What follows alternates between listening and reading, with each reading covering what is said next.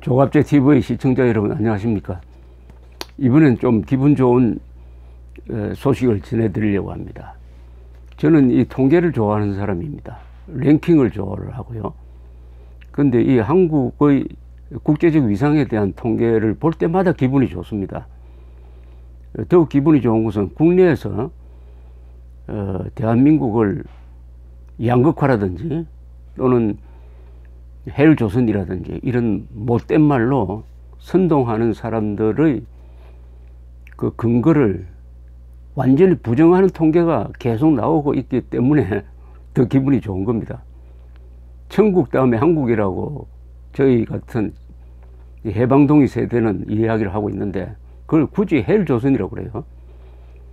북한 보고 헬조선이라고 해야지 왜 대한민국 보고 헬조선이라고 합니까?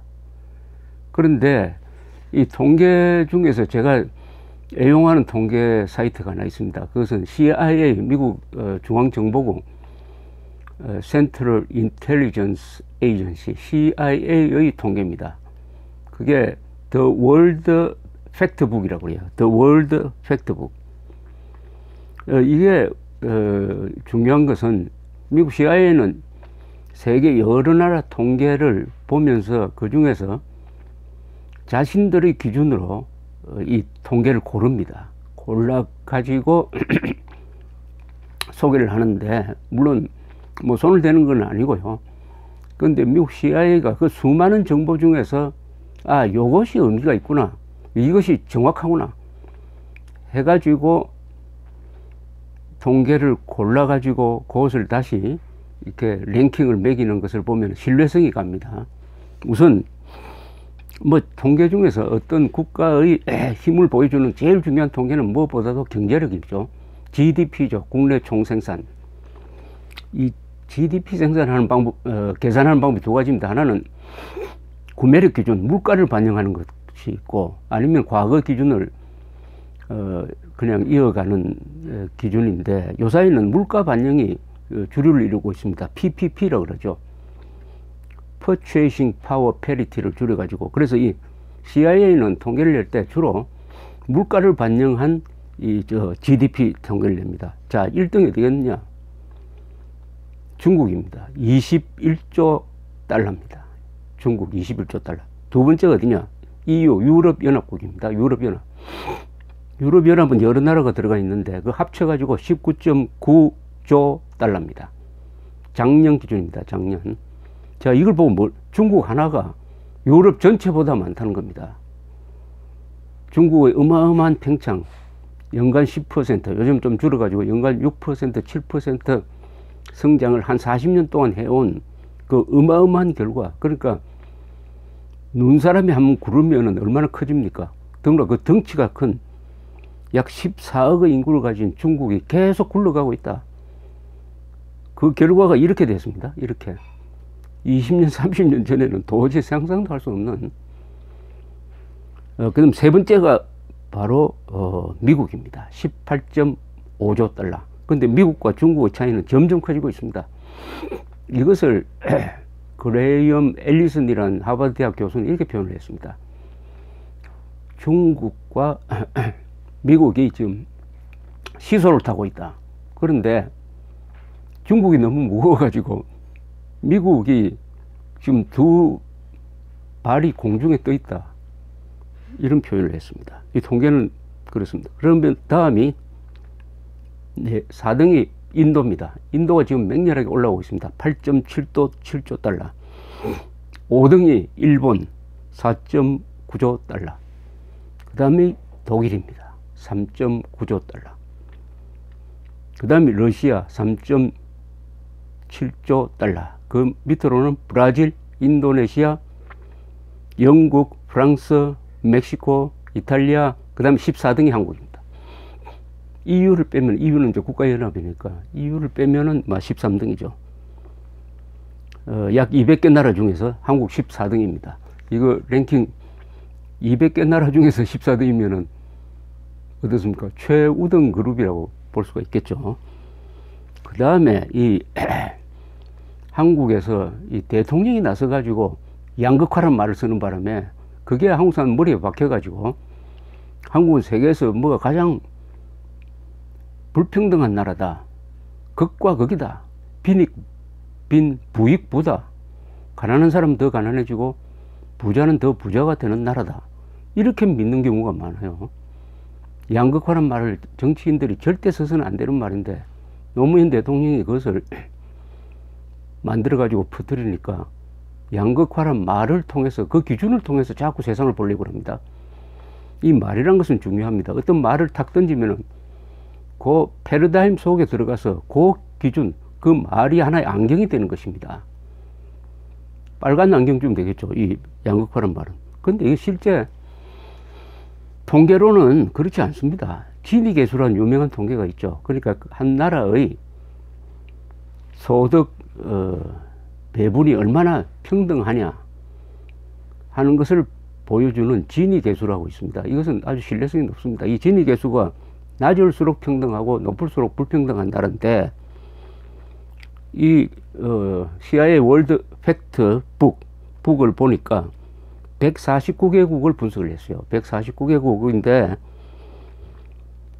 그 중에서 우선 이 소득 배분이 불평등한 나라 속에 들어있는 나라 명단을 한번 불러보겠습니다. 레조토, 남아프리카.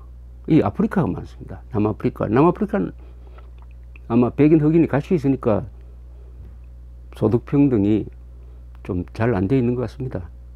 아이티, 남미에 있는 잠비아, 또 아프리카죠. 콜롬비아, 남미, 과테말라, 남미, 짐바브웨, 아프리카. 이 아프리카와 남미가 이 이른바 양극화의 본산입니다. 본산. 그런데 이 아시아는 원래 유교가 이게 평등지향적인 게 있습니다. 아무리 권력자라도 서민들을 보살펴야 한다. 권력자일수록 근검 전략해야 한다는 이런 윤리관이 아주 강한 게 있습니다. 그래서 이 동아시아는 생리적으로 양극화로 가기가 힘든데 다만 예외가 있죠. 북한이죠. 북한 같은 거는 완전히 양극화의 세계 1등 아니겠습니까? 북한은 지금 여기 통계가 안 나와 있습니다. 자, 그 다음에 149개국에서 소득 평등 지수가 가장 높은 나라는 핀란드입니다. 그 다음에 이제 슬로바키아, 스웨덴, 체코, 벨기에, 노르웨이, 독일, 아이슬란드, 덴마크, 프랑스, 스위스. 어떻습니까? 들어보시면. 다 나라가 문명국가고, 안정적이고, 민주주의를 하고, 민주주의를 안 하면은 소득 평등이 달성될 수 없다는 재밌는 이 현상을 볼 수가 있습니다. 그럼 한국은 어딜까요? 한국은 놀랍게도 이 140 지니계수가 낮은 걸로 쳐서 24등입니다. 149개국 중에서 소득 평등이, 그러니까 지니계수가 낮다는 것은 소득 평등이 잘 돼 있다는 것입니다. 소득 배분이 평등하다는 것입니다. 평등한 수준으로 세계 149개 중에서 24번째다. 평등한 나라에 속한다는 뜻입니다. 평등한 나라. 그럼 우리나라는 어느 나라보다도 더 이게 소득 배분이 평등하게 되어 있느냐? 일본보다도 평등하게 되어 있습니다. 그리고 놀랍게도 공산국가는 소득 평등이 자본주의 국가보다 평등해야 되는 거 아닙니까? 그 사람들이 평등을 달성하기 위해서 계급을 없애겠다는 사람이니까. 중국보다 우리가 훨씬 더 평등합니다. 중국은 불평등한 순서로 32등입니다. 그러나 평등한 수준으로 따지면 149개에서 117등이 되는군요. 그다음 놀랍게도 베트남보다도 우리가 더 평등합니다. 그러니까 공산주의 국가보다도 대한민국이 더 평등하다 이겁니다. 소득 배분이. 그렇다면 양극화라는 말 이거 맞습니까? 그 다음에 또 한번 다른 통계로 한번 가볼까 합니다. 수출. 한국은 뭐 수출 입국으로 큰 나라니까 오늘날 대한민국의 이 발전은 1962년 무렵에 박정희 대통령이 노선을 바꿔가지고 수입 대체 노선, 소극적 노선을 버리고 수출 지향적으로 가고 외자를 과감하게 받아들이고 한일 국교 정상화를 이루고 월남에 파병하고 중동으로 진출하고 해서 그리고 중화공업을 만들고 해서 수출 국가로 만든 것이 오늘 우리가 살고 있는 이 삶의 터전이죠. 자, 수출 제1국가는 어디냐? 이건 중국입니다. 압도적으로 중국입니다. 작년에 2조 1000억 달러를 수출했습니다. 두 번째는 미국입니다. 1조 4700억 달러를 수출했습니다. 세 번째는 독일입니다. 1억 2800만 달러를 수출했습니다. 네 번째가 일본입니다. 6414억 6414억 달러를 수출했습니다. 그 다음이 한국입니다. 다섯 번째입니다. 5090억 달러 수출, 작년입니다.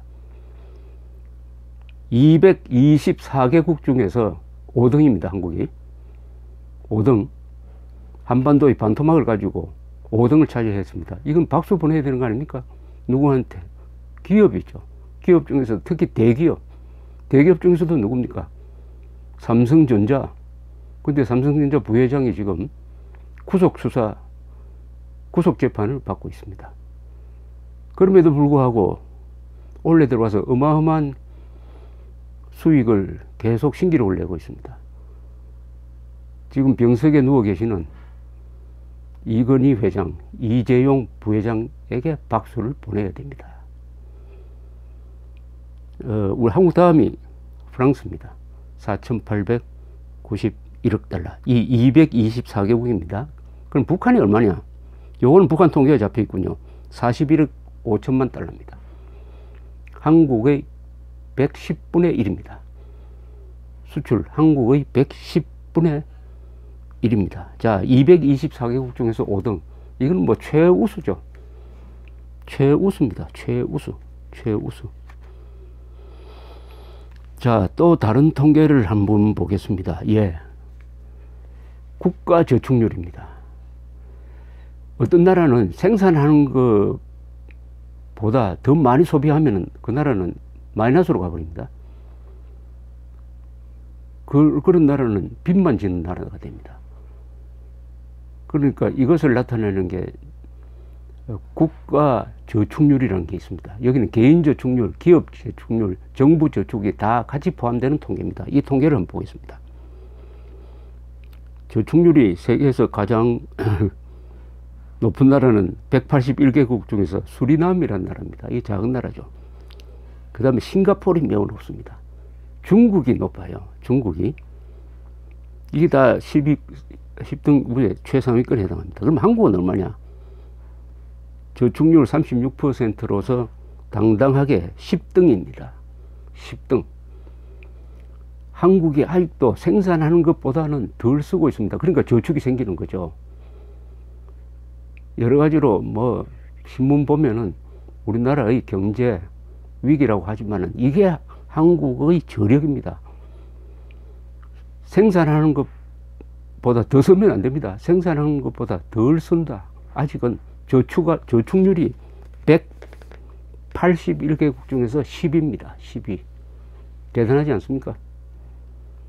그러니까 11위가 어느 나라냐 보니까 바로 우리 밑에 있는 나라입니다. 노르웨이입니다. 생각해 보십시오. 노르웨이는 인구 450만에 기름이 산유국입니다. 산유국. 세계 한 5, 6위 가는 산유국이에요. 그러니까 얼마나 돈이 많이 남겠습니까? 내셔널 펀드를 만들어가지고 한 1조 달러 이상 됩니다. 또 이분들은 금금 절약하는 사람들인데 저축률은 우리보다 한 단계가 낮다. 우리가 노르웨이보다 저축률이 높은 나라다 하면 정말 대단하고 이 한국 사람들에 대한 우리 자학적인 이야기를 가끔 저도 하는 편인데 이거 조심해야 되겠다는 생각이 듭니다. 그 다음에 최종적으로 모든 통계 중에서 제일 중요한 것은 평균 수명 통계입니다. 오래 살아야 됩니다. 오래 살기 위한 제도가 있어야 되고 뭐 병원 시설 잘 돼야 되고 사고가 안 나야 되고 그리고 무엇보다도 영양 상태가 좋아야 되고 의료 제도가 좋아야 오래 사는 거 아니겠습니까? 무슨 타고난 건강이라는 건 있겠죠. 한국 사람들 특히. 자, 그런 점에서 보면은 평균 수명 통계를 한번 보겠습니다. 이 평균 수명 통계에는 이 작은 나라 3만 명, 뭐 4만 명, 이 나라까지 다 포함되어 있습니다.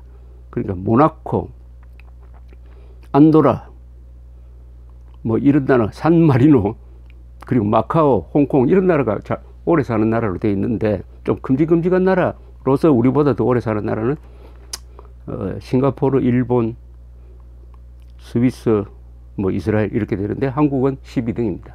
82세 평균 수명. 영국 사람의 통계에 의하면 2030년에 가면 한국 사람이 남녀 공이 세계에서 최장수 국가가 된다는 통계가 있습니다. 여자는 90세 이상을 넘는답니다. 그러니까 224개국 중에서 현재 한국이 12번째로 오래 산다. 이거 최우수 아닙니까? 최우수 국가 아닙니까? 그런데 제일 짧게 사는 나라를 보니까 차드란 나라가 있습니다. 아프리카인데 50세입니다. 거의 한국 사람 최장수 국가 비교하면 반토막입니다. 북한은 얼마냐? 지금 여기 통계 잡히면 평균 수명이 70세입니다. 70세. 우리나라 남한보다 12살을 적게 씁니다. 이런 비극이 어디 있습니까? 휴전선을 두고, 더구나 자신들의 선택이 아닌 부모의 선택, 또 국제 정치적 선택에 의해서, 결정에 의해서 휴전선을 두고 북한에서 사회주의 독재를 하는 바람에 그야말로 헬조선이 돼가지고 남한 동족보다도 1인당 12년을 덜 산다. 12년을 덜 산다. 제가 북한에 태어났으면 이미 땅속으로 들어갔습니다. 이런 비극이 한반도에서 벌어지고 있는데도 이 통계를 보면은 평균 수명 224개국 중에서 12등, 수출 224개국 중에서 5등, 국내 국가 저축률 181개국 중에서 10등, GDP 세계 14등. 대단한 거 아니겠습니까? 그리고 무엇보다도 평등한 나라 랭킹으로, 소득평등 나라 랭킹으로는 149국 중에서 24등. 이 다 합치면은 한국은 최우수 국가군에 들어간다. 그것을 흔히 우리가 천국 다음에 한국이다 라고 이야기하는 게 절대 과장이 아니고, 과장은 뭐냐? 헬조선이 과장이고 양극화는 말이 과장이라는 것을 알 수가 있습니다. 미국 CIA의 더 월드 팩트북에 근거해서 말씀드렸습니다. 감사합니다.